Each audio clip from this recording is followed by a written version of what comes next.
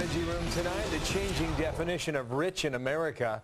John McCain taking aim at Senators Obama and Biden today. Senator McCain blasting Joe Biden for defining the middle class in an interview yesterday with a local TV station as anyone making less than $150,000 a year. Now, you remember, we were at $250, $200, and Senator McCain teed it up this way today from Hershey, PA. Listen. Senator Obama's made a lot of promises. First, he said people making less than $250,000 would benefit from his plan. Then this weekend, we announced in an ad that if you're a family making less than $200,000, you'll benefit. But yesterday, right here in Pennsylvania, Senator Biden said tax relief should only go to middle-class people, people making under $150,000 a year. You getting an idea of what's on their mind? A little sneak peek. It's interesting how their definition of rich has a way of creeping down. At this rate, it won't be long before Senator Obama is right back to his vote that Americans making just $42,000 a year should get a tax increase. We can't let that happen. All right, that was about 10:30 a.m. Eastern Time today, and about 10:31 Eastern Time, excuse me, we got this from the Obama team. As Obama and Biden have always said, under their plan, no family making less than $250,000 will see their taxes increase 1 cent. And if your family makes less than $200,000, as 95% of workers and their families do, you will get a tax cut. So the Obama team defending their plan. Let's debate that now. On the left, former New York Democratic campaign consultant Regina Calcaterra, and on the right, Fox News political analyst and syndicated radio host Tammy Bruce. Good evening, ladies. Good evening. Hi there. Tammy, is the bar moving on this? Yes. How do you read it? Well, it is a moving target, obviously. It's a fluid situation. Barack Obama has proven over and over again that he is willing, based on McCain's complaints, to adjust what he says about his economic plan. Remember when McCain finally casted his welfare, because a lot of people are going to be getting checks paid for by the taxes of other people.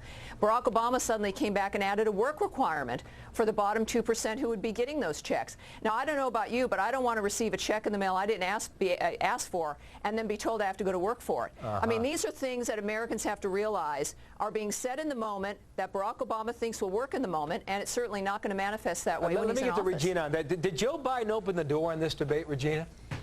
Joe Biden may have misspoke on this because according to the Tax Policy Center that actually analyzed Barack Obama's tax policy platform, it doesn't say anything about $150,000 in his plan. What it does say is what you stated earlier.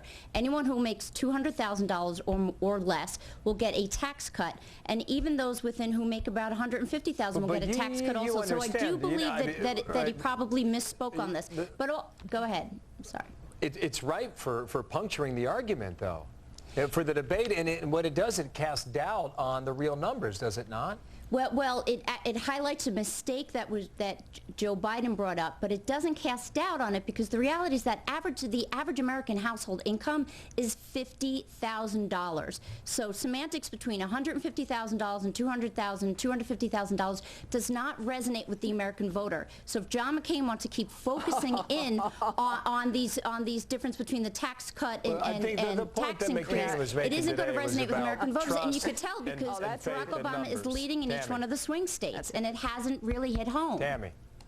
Yeah, I'll tell you something. It does resonate, believe me, especially when you do have the American dream in your sights and you want to be the plumber who ends up owning a business. And those numbers, don't say that the American people can't relate to those numbers. You have married couples, you have people who do have small businesses. It's an insult to suggest that Americans don't know the difference in what $100,000 can do. But if that's what they're relying on, the average American voter makes $50,000, and even in the swing states, they make between 50 and 60. Make more. Yes, they do.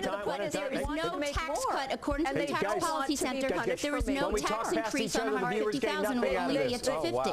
No, they don't want to be punished for making more. They're not going to be punished for making more. Tax increases will kick in after $250,000. And they'll be punished for being successful. That is not what the American people want. Actually, it is the rich during the Bush administration who has benefited from being rich and that has had Moving back to substantial the talking tax cuts. point, Americans want to know that they can be successful, that they can make that extra money, that there is not a cap to what it is they can effectively earn, that they want to know that they're not going to be punished and that the fruits of their labor will not be taken when they become more successful than they are now. And for Barack Obama to create this class war between people who make some kind of money and another people who make another group of money is unconscionable, and it is not what the American people want, and they're going to find that out on November 4th. Regina, get the last word. Actually, it's not Barack Obama making class war. It's John McCain, who owns 7 homes, drives 13 cars, lives partially off of his wife's inheritance, who's trying to create a class war, and it's not resonating with the American public because he's been focusing on this message for several months, and it's not kicking in. All right, ladies. Congratulations. Ladies, you know what? I feel it's 7 days away. Honestly. It is, and Barack's going to win 7 days away. Regina, thank you. Tammy, thank you. These issues are significant.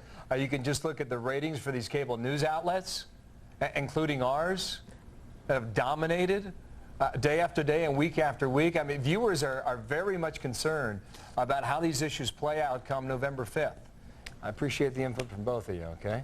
Thank you for having us. Thanks for listening to The Whistle occasionally. My pleasure. Megan, what do you have?